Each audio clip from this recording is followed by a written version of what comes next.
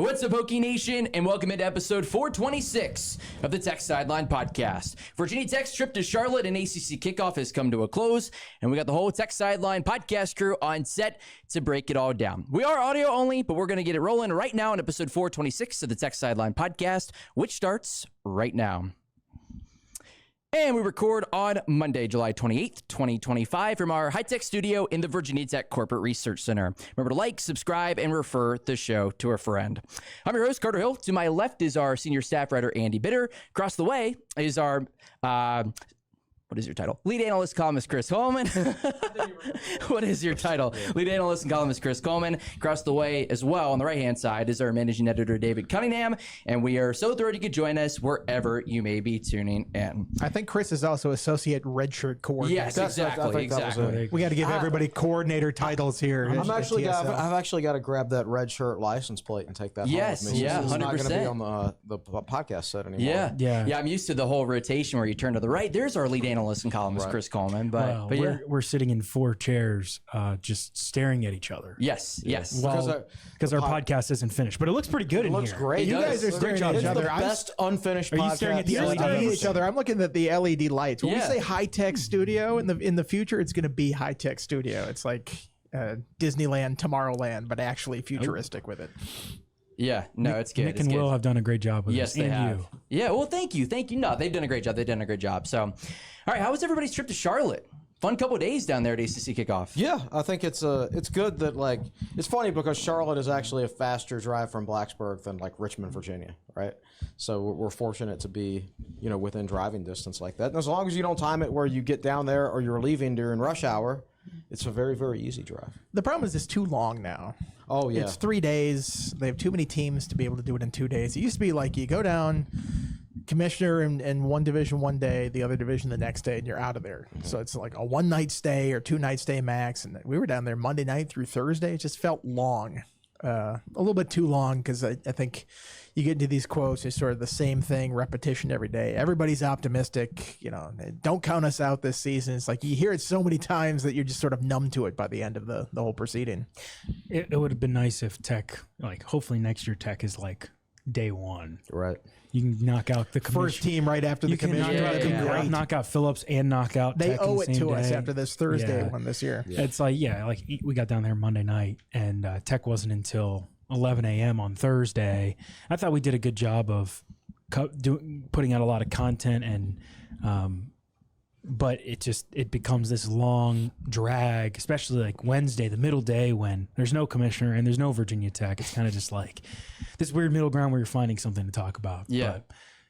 But now it's football practice is almost upon us and we're almost to football season. Thursday, now. July 31st. Good trip, though. Good trip. It's a fun couple of days. You can get the commissioners forum in, but 3-day event. So it does drag a little bit when Virginia Tech is the last day, but definitely a little bit of a circus down there, but we'll get into that in a little bit later in the show. So, all right, just kind of your overall takeaways on what Brent Pry and Virginia Tech had to say. Obviously, the tenor down there was a little bit different than last year when Brent Pry is getting on the ACC network set, and he's like, I'd be disappointed if we don't go to the ACC title game. It was obviously very, very different, but definitely some interesting stuff that kind of came out of it as well. Even if you believe that this year, thank goodness you didn't say it. Yeah, you never do that as a head coach. You never want to create the expectations like that. I think my big takeaway is that Virginia Tech acknowledged shortcomings from last year, and I think it motivates them. I think in every aspect of their off-season preparation, whether that was coaching changes, whether that was strength and conditioning stuff that they did in the offseason to get tougher, whether it was team chemistry,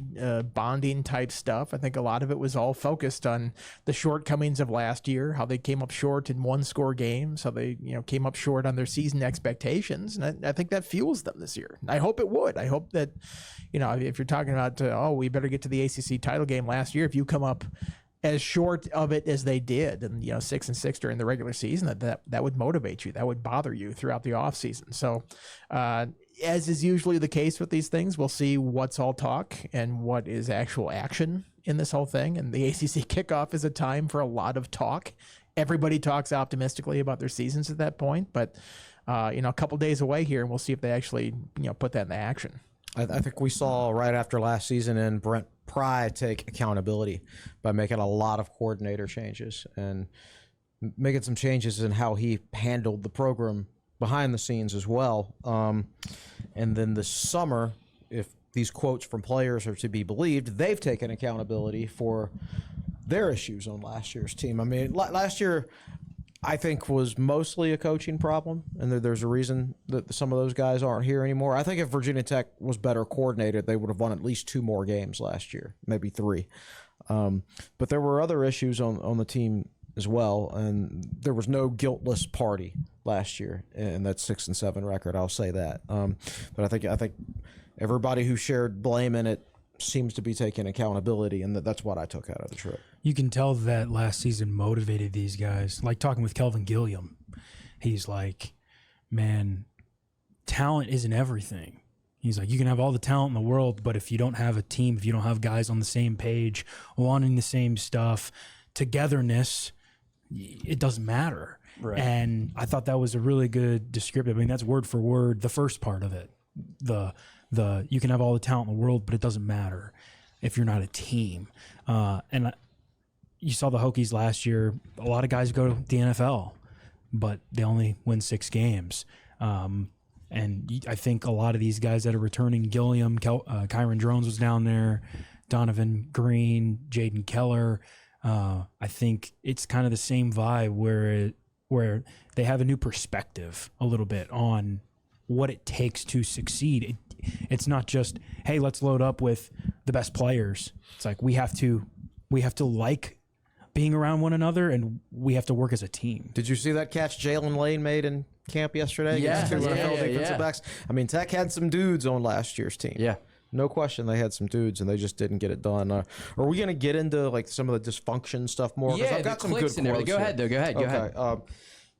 So, and this was mentioned by multiple Virginia Tech student athletes as well. Multiple Virginia Tech players, and I'll give you the perspective on each question as long as the quote. Nick was going around asking guys about the team and leadership and the difference between last year and this year. Kyron Drones said, quote, "Last year we were close, but it was clicks here and clicks there.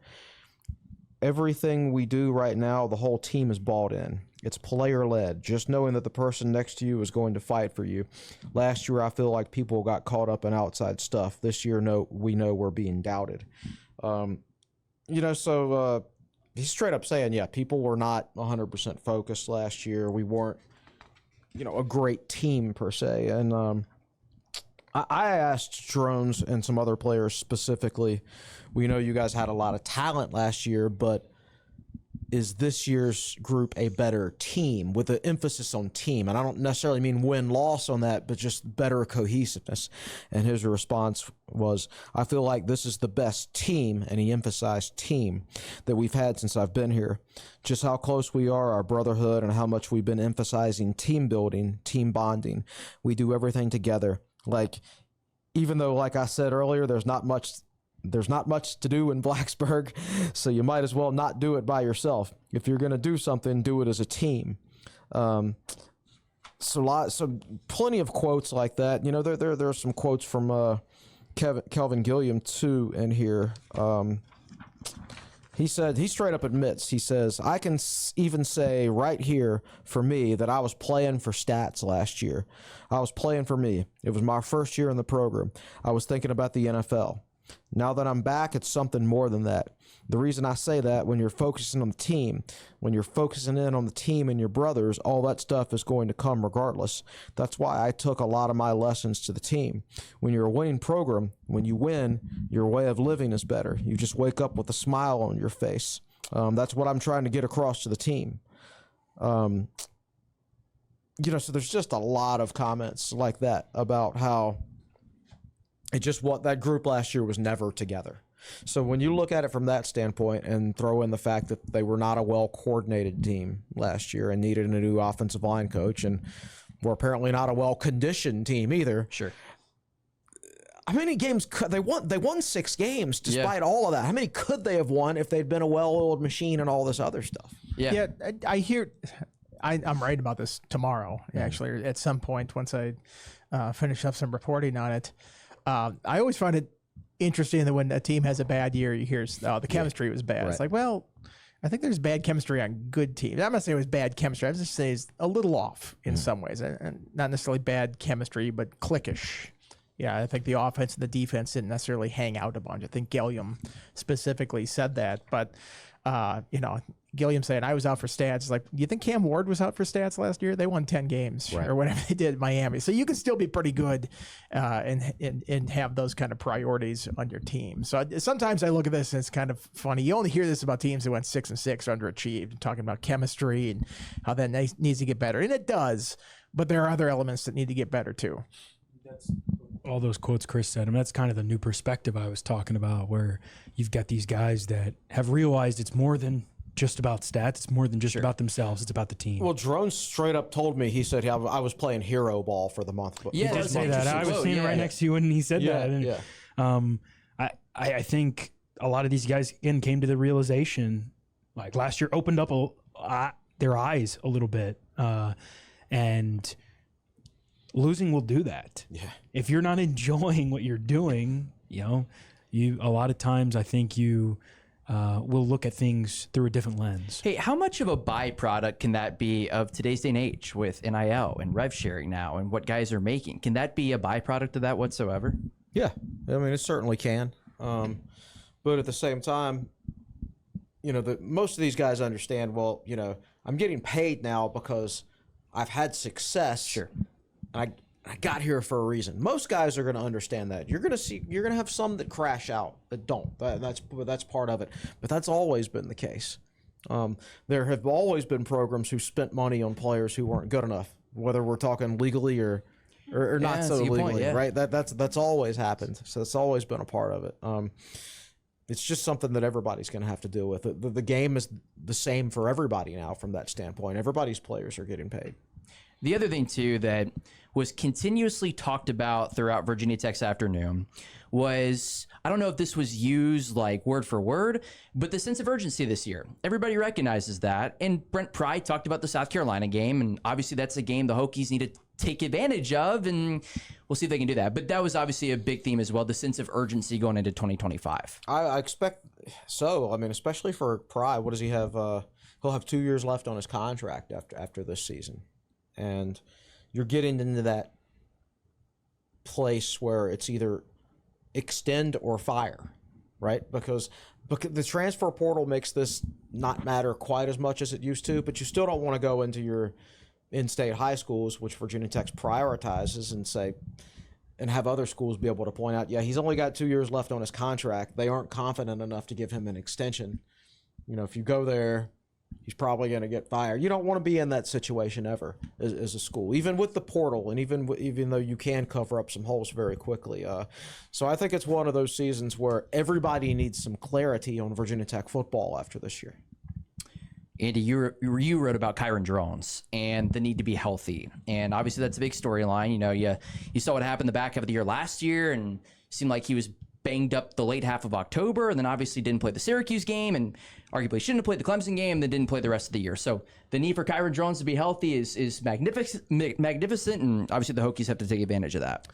Yeah, I thought it was interesting when they were talking about it, and he had 3 separate leg injuries last year that he was dealing with. He had 1 going into the Clemson game and had 3 coming out of the Clemson game. So that tells you, how in rough shape he was. Everybody's like, wow, what's wrong with Drones in this game? It's like, well, he has an MCL sprain and a stress fracture, and what was he have? Turf toe. Suffered turf toe earlier in that game. So if that's the case, and running is a big part of your game, that's just not a great recipe for success there. So, I think Pry, admitted he sort of did a disservice to Drones and everybody by, they try to play the game of keeping things quiet, and it's especially true at quarterback when, if that gets out, that's a big disadvantage for the other team, knowing that they don't have to prepare for somebody like that. So he's kind of walking that line there, but at a certain point, I think, within the team, even there's just sort of questions like, what's up with Kyron? Is he going to play this week? What's going on with him? And they finally clarified that eventually. I think,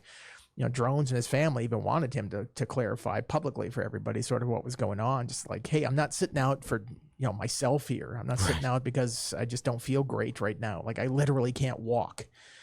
So it was kind of just a weird situation. But I think Kyron, has a fresh outlook on this year. And you look at his season last season, first month, he admitted playing hero ball and didn't really feel he was trying to be something he wasn't. Yes. I think he's trying to, he heard all offseason, no, you're just a running quarterback doing this stuff. He's trying to be in the pocket, trying to be more of a passer. And I think he realized eventually last year that his game is dual threat. It's doing both things. You look at how he played at Miami, how he played against BC, how he played at Stanford. Those 3 games, those are 3 pretty good and efficient games where he was, productive throwing the ball, efficient throwing the ball, ran when he needed to, got in the end zone a couple times. Obviously didn't need to run a whole lot against BC because Bayshall Tootin took care of that stuff there.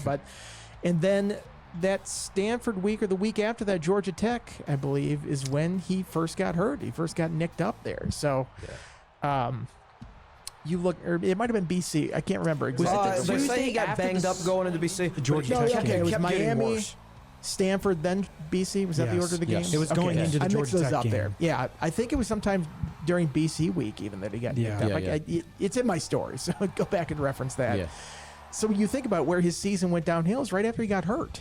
So all these things like, drones ain't it, he doesn't have it. It's like, well, he was hurt for half the season, and it really wasn't himself when he had all 3 of these leg injuries. So, I pointed out within the story, 11 starts against FBS competition, and you look at Drones' stats from 2023, and you look at Lenora Sellers' stats from last year, and they are identical. And there is no 1 yard difference. It's 1 yard difference and like 1 touchdown difference, because Sellers racked up some yards and touchdowns against Wofford, I think it was last year. So, very similar. Maybe tells you like the level that Drones could play at when healthy, and maybe could tell you that all the Heisman talk and stuff like that about Sellers. It's like, it doesn't always play out that way.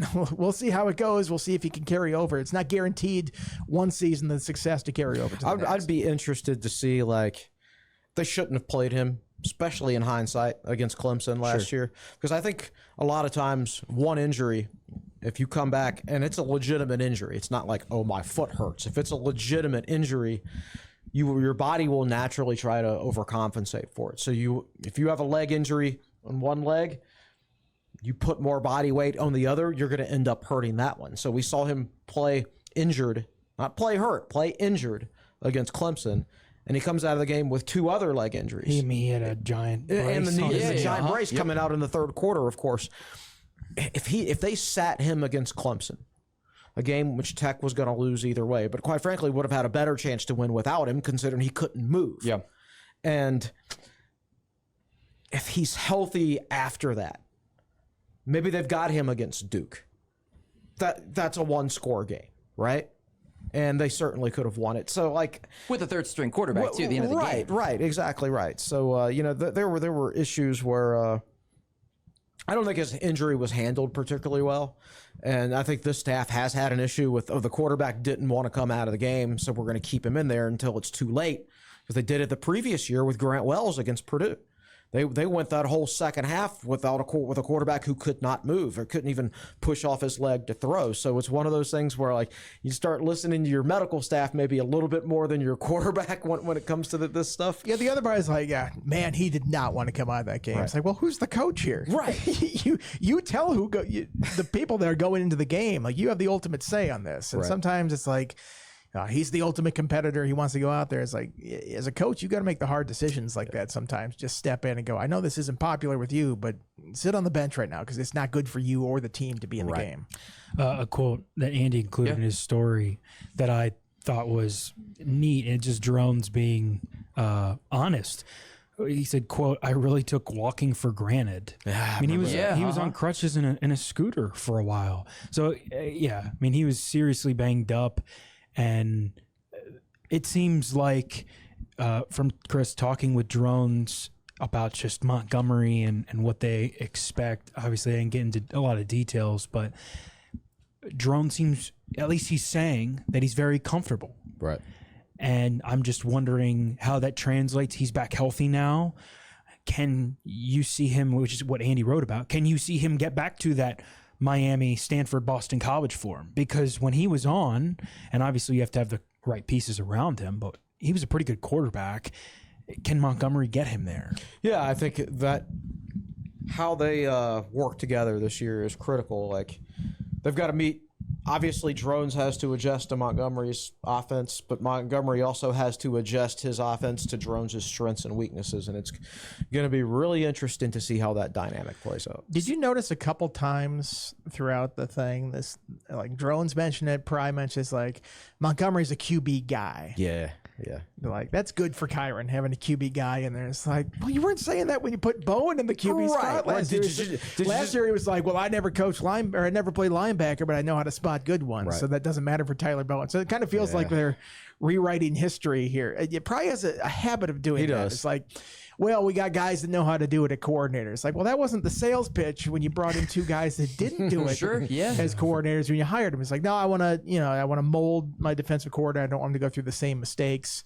And now they have new guys like, well, we have guys that know how to adjust and they've done it before. It's like, well, that's talking out of both sides of your mouth. And last year it was like, well, Bowen is good at the communication and, you don't need to play that position to know it. Now it's like, well, we got a QB guy. It would have been nice to have those adjustments against Rutgers last year. Sure. It always is like, it does feel like Pry is learning on that front because this wasn't second guessing those situations. People first guess those situations when they happen. They go, those are your coordinators that you're hiring initially, or you're moving Tyler Bowen to quarterbacks coach. That's kind of weird. Your first choice as defensive coordinator is a guy who you actually don't trust to be defensive coordinator yet. Yeah, good point. I feel like maybe if Pry had made these hires right out of the box, I know not all these guys were available right out of the box when he got hired here, that maybe this program won't be in the same situation that it was. But it's just interesting to me how it has shifted the rationale for some of these thoughts. It's like, well, he's come around on this. And in his defense, I agree with his reasoning now. I think he's correct. It's like you need experience at the coordinator spots, and you need a quarterback's coach who's played quarterback or who has coached the position before. That alone feels like Virginia Tech's in a better place right now. So you wrote about Kyron Drones. David, you wrote about the offensive line, and Chris did as well.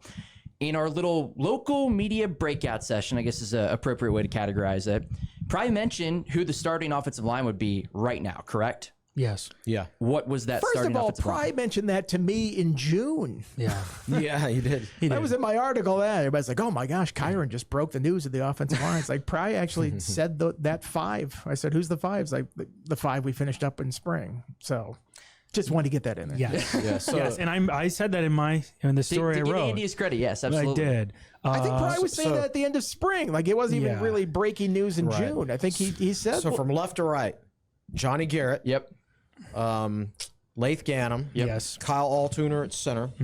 Montavious Cunningham at right guard, and Tomas Rimac at right tackle. That's the starting five. And it doesn't. I would say, you've got Muskrat, the transfer, coming in there who can help you with guard or tackle. Brody Meadows is a very experienced player. But it doesn't sound like at this point like anybody's pushing any of those guys for a starting job. Now, Brody in his defense was not close to 100% during the spring. So he didn't really have a chance to, and I'm not sure how healthy he is right now. We'll have to wait and see on that. But there's two ways to look at it. All right, you've got your starting group locked down. Everybody knows what their jobs are. We're not going to spend half of August sitting here trying to figure out what position guys are playing and yada, yada, yada. The second part of that is if there's really not that much competition at that position and they won these jobs that easily, what kind of depth does Virginia Tech have? Yeah. Probably not great depth. Yeah, 100%. My thing with the offensive line is I'm going to have to see it. I feel like we've heard this how often at Virginia Tech. It's like, every year. Offensive line's turning a corner here, looking a lot better. And perhaps that's the case this year with Matt Moore. Perhaps that's the case with the different guys they brought in from West Virginia. It's hard for me on its face to believe you lose all five of your starters from last year, including the guy that Auburn paid like $1.7 million for. A guy goes to LSU, is playing there. It's tough for me to look at that and go, this is a better unit than it was last year, but perhaps better coaching, better cohesion, different game planning, different offensive coordinator, different offensive line coach. All those things obviously can factor in and make it different. But I just feel like I've heard this for 15 straight years. No doubt. I mean, it really has been that years long. under Vance Vice. It's never quite. People want to talk about getting the five in there. It's like, it's important they get there in the cohesion. It's like, I guarantee you in that 2019 season, 2020, when it was at its peak, that Vance Weiss was mixing and matching those guys all the time in practice, because that's what he did. That's just what he did. And you had 5 NFL guys on that line that could handle it. So I don't know that the idea that like they're fixed in place, they got their 5 right now. I think there'll be a lot of talk about like, well, that's important. You got to get that chemistry there. It's like, well, I think if the guys are talented, they can play sort of anywhere in the line with any sort of alignment. So it maybe is not always a sign that this is like definitely taking a huge step forward. You were talking about coaching, Andy, and Chris, you were talking about the defensive side of the ball. The name that continuously was mentioned over the course of the day on Thursday was Sam Seifkis. And obviously you're going to hype up your new defensive coordinator. There's no doubt about that. But a lot of people mention that Sam Seifkis is offering a different level of knowledge to this Virginia Tech defensive side of the ball. I get he's coming from the NFL, the X's and O's. I don't know how much of that you want to believe, but Sam Seifkis was a possible name on Thursday, or was a very, very probable name, I should say, on Thursday afternoon. Yeah, I think that's my gut feel is he's just a massive upgrade over Marv. Everybody's going to say good things about their new hire because he's never coached a game. I did talk to a college coach about him off the record, and actually unprompted, this coach started telling me how much better he's going to be than Marv. Like a former college coach told me that, who keeps up with Virginia Tech quite a bit. So I think it's going to be a massive improvement. I think Virginia Tech's coaching situation in general is much improved over last season with these new assistants. I just hope that it's not too late, because there's a lot of new faces. Over half the scholarship roster has turned over. But I think we're going to see some different things out of Seifkis. I think you'll see a little bit more mix in coverage, more multiple front stuff. I don't know exactly what it's going to look like, but that's probably a good thing. That I don't know exactly what it's going to look like, because I thought Virginia Tech last year was getting a little too bland, and I don't have the quote right in front of me, but before ACC football kickoff, I did a sit down with Gilliam, and he basically said last year he felt like the defense was way too vanilla, to use that. I think he actually used the word vanilla. I think he said we were too vanilla up front with our sets, we were too vanilla on the back end. With calls, and I felt like that watching it. I was never really surprised by anything. So I do think Virginia Tech. Rutgers. Yeah. Apparently not. Yeah. Talk about vanilla. It's like, well, they were on the same play 10 times in a row, and you don't have any sort of way to stop it. Then yes, that does seem like you're not adjusting very well. Exactly right. I spent a good chunk of time, maybe 10-ish minutes, talking with Jaden Keller, and he's been a linebacker for Tech for a handful of years now. And he said the combination of Xavier Debe, but also Sam Seifkis, he's like, I'm understanding how to play.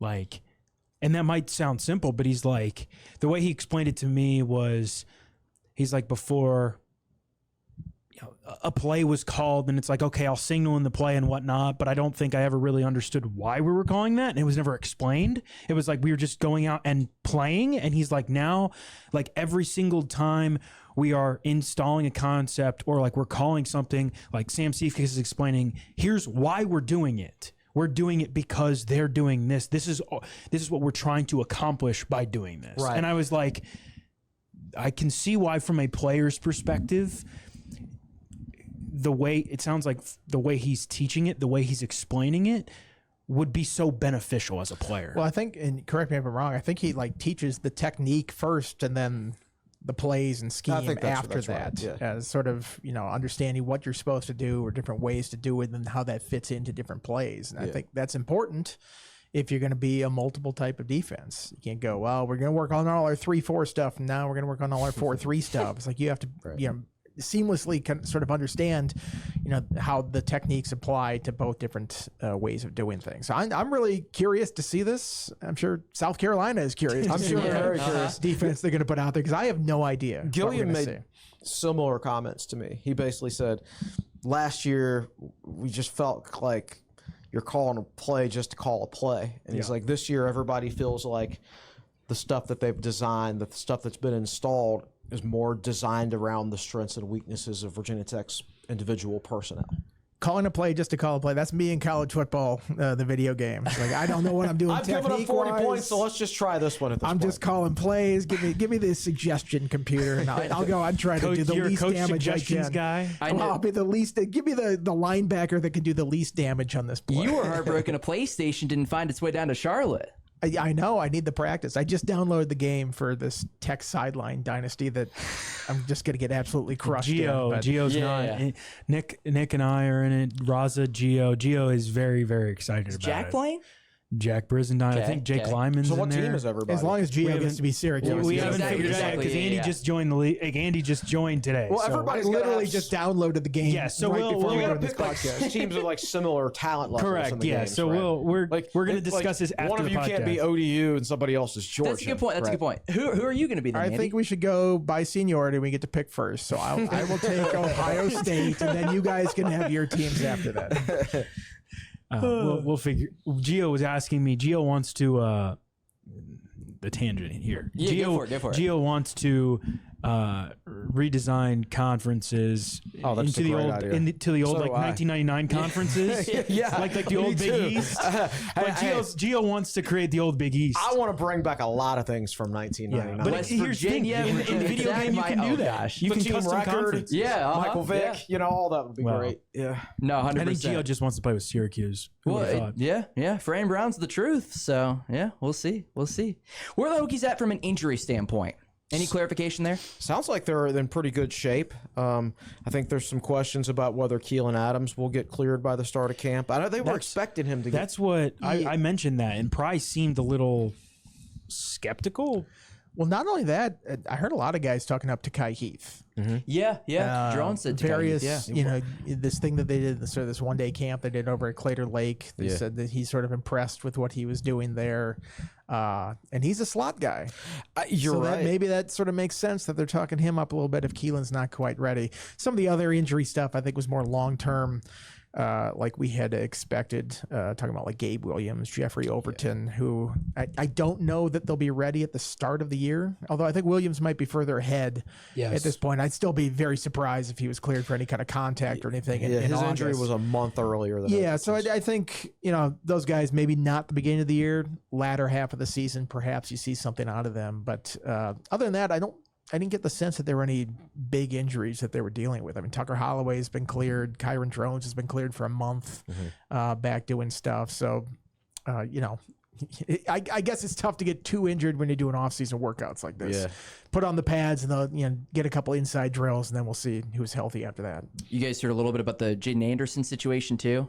He was on campus for what? Yeah. 3 days before to dub in in the portal? days. Yeah, Seven. we've heard some situations. But Pry officially commented on it. Yeah. Not to say he struggled to adjust is a bit of an understatement. Okay. Okay. Quote, College is hard, I get it. he just never got adjusted. He never gave it a chance. He never went to college. I wasn't He going never here. I wasn't going to fight him. In the end, it was just one we couldn't save. I told Andy and I are driving back, and I included that quote in my story, and I said, "Is that head coach Brent Pryor? Is that the captain of the Titanic?" In the end, it was just one we couldn't save. Yeah, I mean, good point. it's tough. I mean, you think of like regular students adapting to college, and then you throw on all the athletic stuff like that. I mean, some people, it's just not a mix. So, you know, we'll see where he ends up. I'm sure Virginia Tech coaches wish him well. Sometimes this is the sort of wake-up call for somebody like that. That I think, who was that? That linebacker that went to Towson. Clark. Telvian Clark. Telvian Clark. Yeah. I think it was. I think he just sort of needed the kick in the butt at a place. So it's not going to work out here. You got to go somewhere else because you're just not doing the right things. And I think even he said later on, it's like, you know, that's what I needed at that point. He went on to have a pretty good career at Towson, I believe. He was at Virginia Tech? Yeah. Episode 426 of the Tech Sideline podcast is brought to you by Rich Web, driving enterprise IT at Rich Web Incorporated. We offer a comprehensive suite of cutting-edge solutions tailored to empower businesses in today's digital age. From top-tier network engineering services, ensuring seamless connectivity and security, to our exceptional IT managed services, providing proactive maintenance and strategic optimization. And we are dedicated to delivering excellence at every turn. We are located in Richmond, Virginia. Visit richweb.com to learn more. All right, we talked about the injury reports last week. Commissioner Phillips spoke to the entire media. We did a podcast down in Charlotte, episode 424, so I encourage everybody to check that out on YouTube or wherever you find your podcasts on audio. So not going to get crazy into the actual format of it, but what was Brent Pry's reaction to it? I think, David, maybe you wrote about that in your story? I did. Brent Pry's reaction was, of course, if you remember what we talked about with Jim Phillips said, yeah, well, we brought it up to all the coaches on the conference call and there was no objection. And Brent Pry was asked about it, and Brent Pry was like, every single coach voted against it, which tells you that it... He's like, we all voted against it. It's like, well, then it wasn't a vote. It was, they were informing you of this. They weren't asking for your opinion about it because, ultimately this is going to be made at a level higher than the head coaches. And I think you get school presidents talking about athletic directors and they go, what is one of their chief concerns about college right now, college sports, and gambling creeping into the competitive side of it would be up there. I mean, they got all sorts of things to worry about with NIL and money and structure and things like that. But in terms of competitive integrity, and I mean, hey, right now, another baseball player just got put on leave. Yeah, Emmanuel Clase, another Indian or Guardians pitcher, put on leave while they probe into potential gambling implications on stuff like this. I mean, that's your worst fear. And I said this a long time ago. It's like when you have no injury reports and these coaches playing games about who's hurt, who's available, and stuff like that, you turn every single player on your team into a target for information because they're at practice. They know who's practicing and who's not. I think these guys would have a pretty good idea of whether Kyron Drones is going to be available for a game or not, or whether Bashaw Tutin's ankle was okay. So if that knowledge is not made public to everybody, then it's very valuable information out there for potential gamblers. So that's how that can seep into the game if you don't sort of head it off like that. That's the whole reason the injury report exists in the NFL, is for gambling. They can tell you other reasons.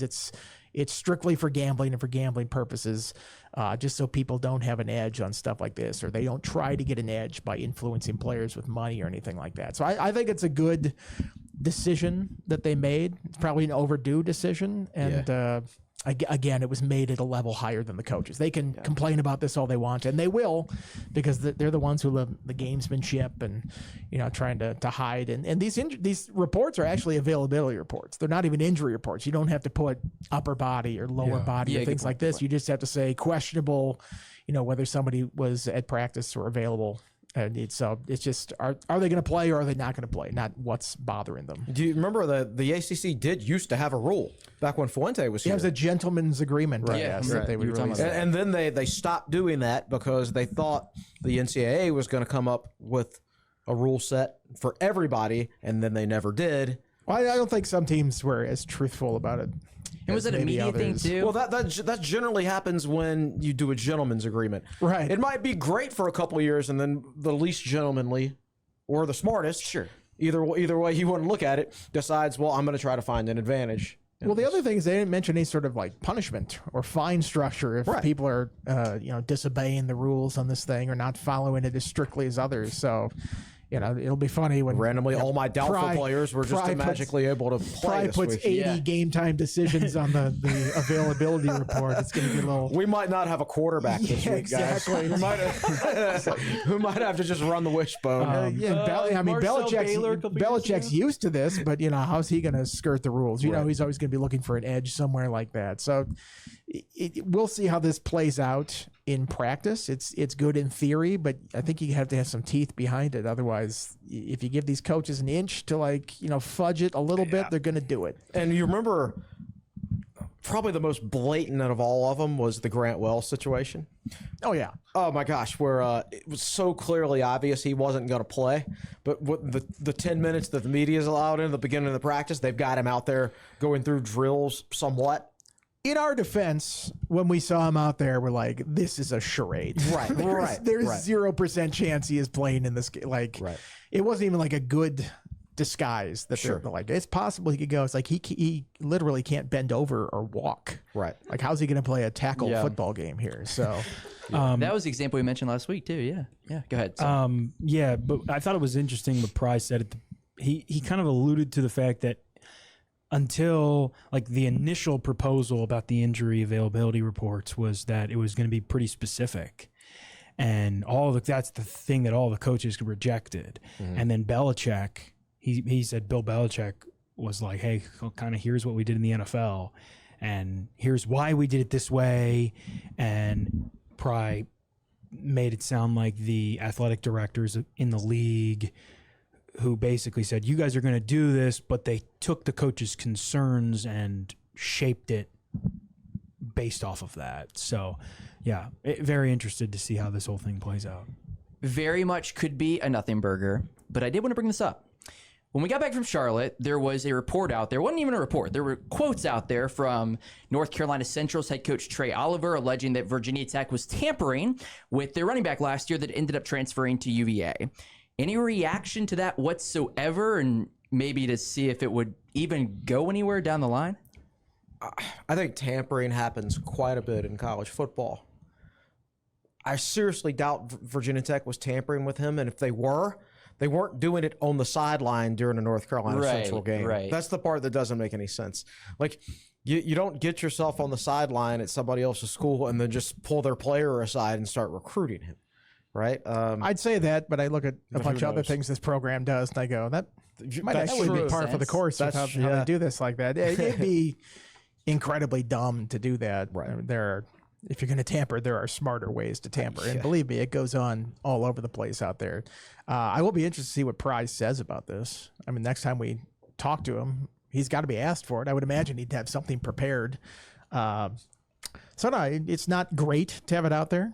They have a news story on ESPN.com, allegations about you tampering. The funny thing about that story was like the coach was like, man, that running back went to UVA for $400,000, and I hope UVA kicks Virginia Tech's butt or something like this. It's like, you're cheering for the team that actually took your player. That part's interesting. That coach went to Tab in Yorktown around the time where a bunch of UVA players came from Tab. So there's some other possible biases there as well. So I don't know. At any rate, it's one of those things where, like, if you can actually prove that Virginia Tech was on your sideline tampering with one of your players, and Virginia Tech will deserve whatever punishment it gets, because that was just stupid. But I kind of doubt they might have been there scouting him, and maybe that's not so smart either. But tampering on the sideline, I seriously doubt that. Well, and didn't he claim that his assistants were telling him that whatever Virginia Tech staff member, coach, administrator was there because he had a connection with now, I haven't looked this up myself, but I did see some other people saying it, that their running backs coach was also Teuton's running backs coach at A&T. Okay. And I think he had been on a staff previously with Brent Pry. So there have been some connections. Yeah. But sorry, David, I didn't mean to cut either you way, off. I'm curious to see what they have to say about it. Yeah. I mean, somebody's very publicly accused you of this. You can't just be like, well, we're looking into it. I think you have to come back and say something. Well, you can say that at first, but then your next set of interviews, well, you've looked into it. What's your answer? You have to come up with something better. By the time we talk to him, which I don't know when it's going to be at point. I don't think we have a schedule for practice we haven't at this point. So I would guess next week at some point. Yeah. So that's plenty of time from when I think the story was on Friday. It'll be it'll be about 10 days. Yeah. So you have a good time to be able to come up with a response. Yeah, very interesting. And the date would align with a Virginia Tech staff member being there because it was November 15th, which was their bye weekend. So I don't know. I don't think that's going to come of anything, but I did want to bring it up. The other thing to bring up, too, nothing to do with Virginia Tech, but what were you guys' takeaways of the Belichick circus on Thursday? Because that was unlike anything I think probably you guys have ever seen. And I know you guys have been covering the ACC and Virginia Tech football for a long time, but I highly doubt you've seen anything close to what we just saw. The players walked out there at first, and I'm like, where's Belichick? Because he didn't walk out with his players. He came in the back door. Right, it's like that they ushered him in the building where nobody could see him and nobody could get a hold of him. I thought there was an increased security presence and things like that down there this year, and I'm sure that was partly, but at least because of that. I popped my head in there for Belichick's press conference just because it was packed. Yeah, I mean, it was packed to the gills, that room. I think the second question he got was like about fullbacks or something the evolution like that. of the fullback position. And he gave like a really long answer. It felt a little on the nose. It felt like somebody was teeing him up to be his most Belichickian in this whole thing. It's like, let me give you the history. Don Coryell was doing this and stuff like this. Yeah. It's just like, I don't know. I don't want to say it was a setup, but that felt like it was somebody putting the ball on a tee for Belichick to be his most Belichickian and just nerd out on football. And after that, I'm like, all right, I don't need to watch this dog and pony show here anymore. Yeah. I'm going to go back and try to write something. Right. Yeah, I agree with that.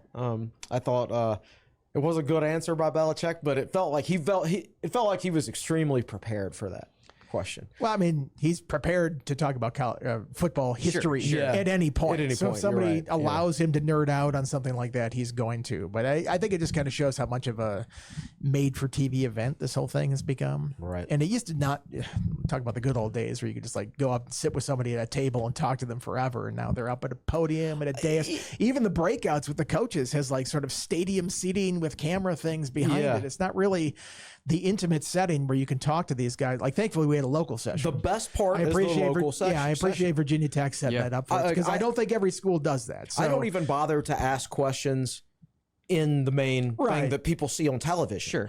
Sure. People only don't understand that's only 1/3 of the interviews we get, and that's your generic people that are just looking for camera quotes, basically. Ask those questions, and then breakouts are a little more specific, but then your local stuff where it's just Tech Sideline and just the Roanoke Times It's like and five just of David us talking Teal. to Pry. Right, and that's it. That's your most valuable stuff. Kudos to Virginia Tech for doing it because not every school does it. Not so every school I'm does very it. appreciative of that. Absolutely. They need to continue doing that, and we'll be Please. very thankful for that. But that's where you get the best stuff too. Yep. That's where Nick and Carter and I mean, we have five. We have six of us. People are just there. more at ease. Like you're just sitting at a table. Well, you with can someone. get in a groove of questions. Exactly. So like you don't start getting into something. Somebody goes, "Coach, talk about Enter Sandman." It's just like, oh man, Again. it was complete rally killer of a question here. The like breakouts, and everybody. Pry loves talking about it. And he loves to spread the gospel of Enter Sandman. But goodness gracious, what are we going to do with that quote? Everybody, the breakout session, there were some bad ones in there too. Everybody asked their TikTok questions. Like these girls come by. You're saying that. They asked 5 questions to each one of the players. It's like, if I could read your private messages or your or something else, which would it be? And I'm like, That's crazy. I'm like, you're literally wasting. You could cut this event in half if you would just like grant half the amount of press passes, because most people down there, not most people, but a lot of people down there don't deserve to be there to ask questions like that. Right. Just saying. That's my rant. You know, Wes Durham said, I was listening to Joe Ovius' podcast in Raleigh yesterday, and he told them that the Belichick thing was as packed and as amplified as an ACC event has been since the mid-1990s in the ACC tournament. I believe that. Which is crazy. Yeah, 100%. How did you all pick the ACC? Let's go round table. Pretty similar, according to the graphic. I was the positive one. I saw people were getting annoyed on Twitter because they're like, "Did you guys just do one big group think?" And it's like, no, you didn't read it closely. I was picked like- just one spot higher than It's everybody. like, no. so much different. Oh my gosh, so much on a limb. Nick, for the record, Nick asked all of us to submit them separately, and we all submitted them separately. Nick was the only one who knew what everybody picked. Chris is like, I ordered my 4-4 Virginia Tech higher than you guys put your 4-4 Virginia Tech. I actually went through and picked every game just I because have it's not. It's no, actually, I think I did. I picked every game and I sort of adjusted a little bit based on that, just because it is tough. I mean, it used to be 1 through 7 in each division, and it was pretty easy to do it. Especially, there was a stretch there in the Coastal where you're just like, well, UVA is going to be 7th, and then I kind of work around that. I don't know if there's like just an obvious like this team is in last place right now. I had 2 or 3 that were in contention for that. I But had Stanford and Wake. And the other part is like, you pick 17 teams. The difference between 7 and 13 is minimal. That's all. That's from barely 5-3 to barely 3-5. There's essentially no difference between those teams except the way the ball bounces in a couple games. So they are tough sometimes to pick. I had my first, had my 1 through 5 or 6, and then you just decide which order you put them in. And then I have my bottom 3 to 5, and I'm like, okay, what order do I put them in? And then you get your middle 5, and you're like, okay, what order do I put them in? You kind of break it out in groups like that to a certain extent. But and everybody plays a different schedule these days, And it's so unbalanced. It's so unbalanced. Like it's like Well, that's part of it. Virginia has a very favorable schedule this year. That's why I picked them 13th. Syracuse has I was positive about them too. Syracuse has a very unfavorable schedule Right. when you look at the road games. I ended up going Clemson 1, SMU 2. I had SMU slightly over Louisville. You and I had the same top 5. Yeah, SMU gets Louisville at home. That's one of the big reasons I picked SMU. I did not necessarily like picking just a rematch of last year's title game, but that's the way I went with it. I had Georgia Tech 4th. I had Miami 5th. I like what Georgia Tech's doing. They got their quarterback back. I just think they're a hard-nosed team. They know what they are. The coordinator's back too. They've got a big game in week 1, right? Yeah. Colorado. Colorado. Yeah, that's right. By the way, I would not be surprised to see Georgia Tech win that game. So in Boulder. Yeah. I just kind of like the direction of that program, and I actually considered them and Louisville for being in that 2 spot. I ended up going with SMU. Had Miami 5th, and that's sort of my top tier there. I have some questions about Carson Beck. And how is he healthy? First of all, that's a pretty significant injury he suffered in the playoff last year. Secondly, there are times where he looks like the number 1 pick in the draft, and other times where you go, is this guy a walk-on quarterback here? What are they playing? I mean, if he hadn't gotten hurt in, was it the playoff or the SEC championship game? I think it was the playoff yep. against Texas. Or no, it was SEC championship game. If he hadn't Texas. gotten hurt in that game, I think they were probably going to bench him in the second half. That offense was so bad. And if you're that bad on a team as talented as Georgia, I mean, you go Georgia to Miami, I think that's a step down in talent that's around you. I don't know. I'm just, and I go back to the lesson the previous year with DJ Uyunglele at Florida State. And granted, there were greater problems at Florida State than just the quarterback. But I think we all just assumed that a guy going in there was going to step in and seamlessly pick up where the previous guy. I mean, Cam Ward was incredible and probably covered up a lot of flaws for Miami last year. You're talking about number 1 pick in the draft. I don't know if Carson Beck is necessarily that guy. No. So I have some reservations about Miami just because of that. I think when you combine his inconsistencies with Miami's historical inconsistencies and their head coach's, shall we say, inconsistencies, then I don't think anybody knows what to expect from Miami this year. I think they're going to play a game or two where you're like, man, this team is really good. They might win the ACC and go to the playoffs. And there's going to be a game or two where you're like, what the hell had just happened to them? Yeah. Well, Schedule Maker didn't help them necessarily. They close on the road at Virginia Tech and on the road at Pitt. Yeah. Right. And now you think about Miami, not great. warm Wide weather open team. Yeah. I mean, if you're a Virginia Tech fan, you want that November 15th game. You want that to be like 12 degrees. You out. do. No, I You remember want it to be as cold as possible. my freshman year at Tech, Ken Dorsey, number 1 Miami comes into town December 1st. We're all going to be like, oh, we're going to win that game because the wind's going to be blowing 30 miles an hour. It's going to be freezing. That was 70 degrees and I wore shorts. Yeah. So you never know what weather you're getting in Blacksburg, but yes, in general, I agree. Miami struggled going up to Pitt They in the did. past Yeah, too. they So have. that's a tough stretch for them. I just think, I don't know. I'm always never quite a Miami believer. I think you guys know my thoughts on Mario Cristobal pretty clearly. So I have some reservations about them. I was a little bit cautious with the Hurricanes. By the way, not that anybody cares, but Andy, you picked Virginia Tech 9th. Chris, you picked him 8th. David, you picked him 9th. Nick, you picked him 9th. I picked him 10th. I picked him 10th. I bet the reason I picked them as high as because I have them beating Florida State. Okay, I had them losing to Florida State, and that's part of the reason why I had Florida State high. Florida State, Virginia Tech, Syracuse, and Pitt, I all had 4 and 4 in the league. So it was just like, what order do you want to put them in? I'll be honest, I didn't go down and break it down for every team. But I actually have Virginia Tech finishing ahead of Florida State, and I doubt there are very, very many voters that do that. And that's a shot in the dark on my part. But I do think for whatever reason, I think Virginia Tech's going to win that game. Maybe that says more about how I feel about Florida State. Well, Florida State did go 2-10 last year, so right. You're not, It wouldn't be too beating shocking, the national champions on the road here. I mean, it's a team that only barely beat Cal, and who was the other one? Georgia Southern or something like that. So I've got Tech at 7-5 this year, basically. All right. Spring practice starts on Thursday, July 31st here in Blacksburg. Fall practice. Fall practice. I'm sorry. Spring practice. Preseason practice. Right, we're only halfway through summer.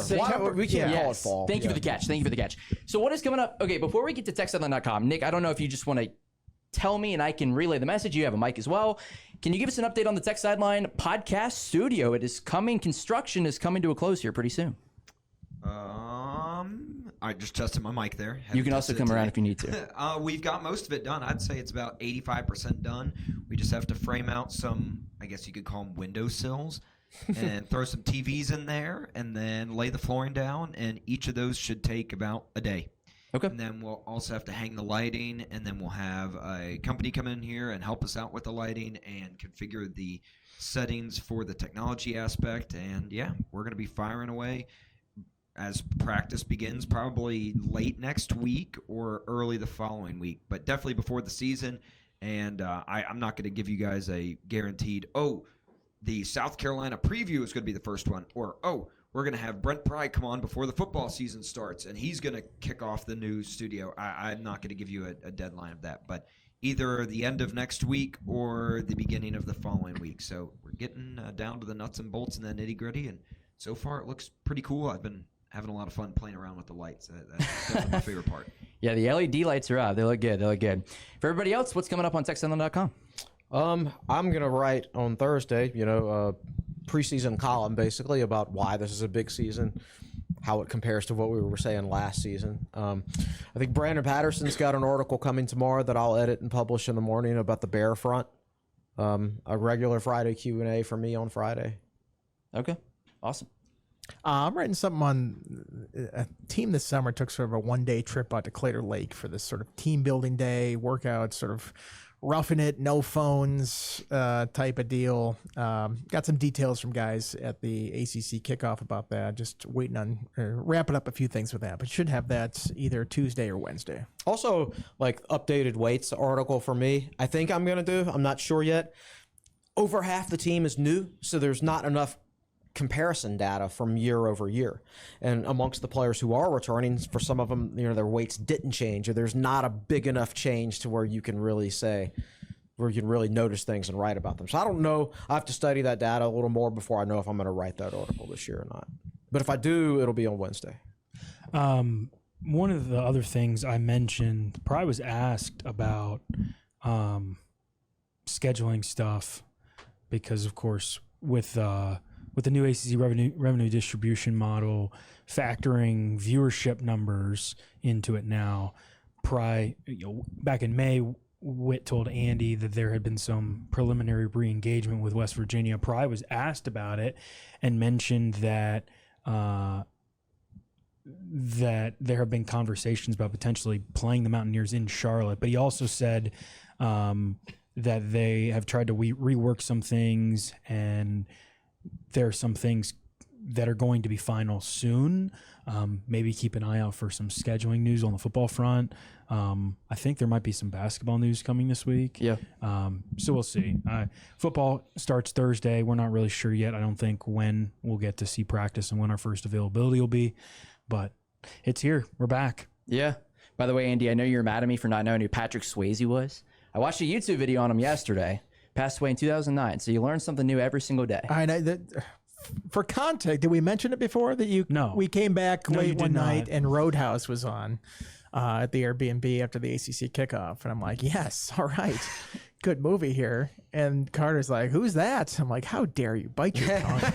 Show some respect to Patrick Swayze. We saw and you're like, the oh, throat okay. rip. And then you ended up leaving like right before the throat rip scene. It's the best scene in the movie. And you leave right before the throat rip scene. So you need to watch that. I'll watch it. And then you need to catch up on some other 80s, 90s action movies. Then you need to watch the movie MacGruber, which references all of them, specifically the throat rip scenes.